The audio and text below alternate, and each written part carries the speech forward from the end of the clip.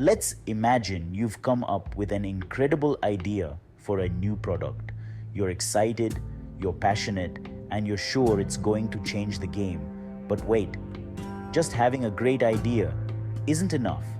You need to know if it's something people actually want. And no, asking your mom doesn't count.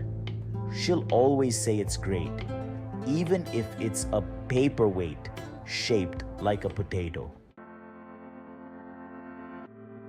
Today, we're talking about something that can make or break your product, the importance of research. Why? Because understanding your audience, their needs, and what's already out there is key to making your idea a success. But before we dive into that, let me tell you a story. And no, not a bedtime story, but one about some seriously expensive mistakes. Have you ever heard of the New Coke story? It's a classic. In the 1980s, Coca-Cola decided to shake things up. They introduced a new formula, New Coke. Research showed people liked the taste. So the company thought they had a winner. Spoiler alert, they did not. Customers lost their minds when it rolled out. Coke was more than a drink. It was nostalgia. Coca-Cola had to bring back the original Coke. New Coke quietly disappeared into the Hall of Fame of failed products. Now, let's flip the coin and look at a success story where research saved the day. Have you heard of Lego? Of course you have. Lego was almost building itself a one-way road to bankruptcy in the early 2000s. They were falling apart, and not in the fun way. They tried everything. Video games, TV shows, random toys, nothing stuck.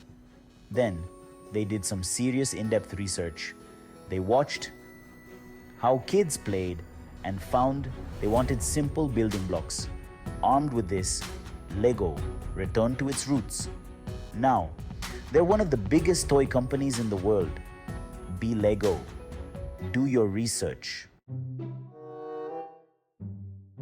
All right, let's talk about primary research. This is when you collect data yourself. You're like Sherlock Holmes, solving what your customers want. Starting a juice company, set up a stand at a local market, hand out samples, and ask for feedback. If it tastes bad, that's good feedback. Now you know what to fix. Now, let's move on to secondary research. This is where you get to be a bit lazier. I mean, smarter. You don't do the research yourself. You rely on information that's already out there. Think of it as going to the library instead of writing the book. So, for our juice company example, secondary research might involve reading reports on juice trends or checking out how other companies price their products. It's like doing a bit of light stalking on your competitors to see what they're up to. But hey, it's legal. Secondary research is great because it gives you a bird's eye view of the market. And let's be honest, who doesn't like a good shortcut? For instance, back in the 1990s, Starbucks used secondary research to figure out that coffee was becoming more than just a drink in the US. People were looking for a coffee house experience. So Starbucks started offering Wi-Fi, comfy chairs, and expensive but delicious lattes. The rest is history.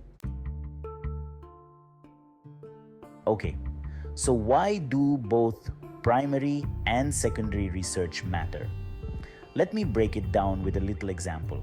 Imagine you're launching a new fitness app.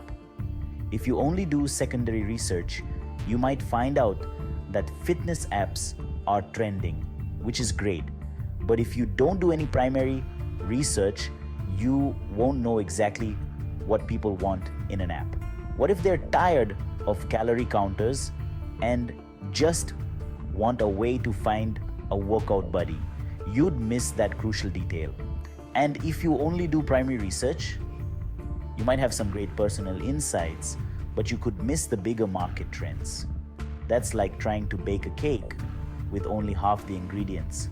Spoiler, it won't turn out great.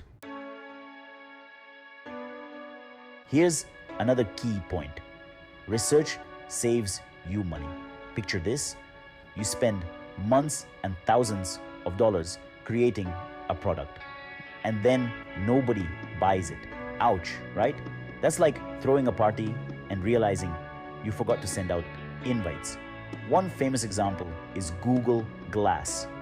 Google spent a ton of time and money developing these cool looking smart glasses.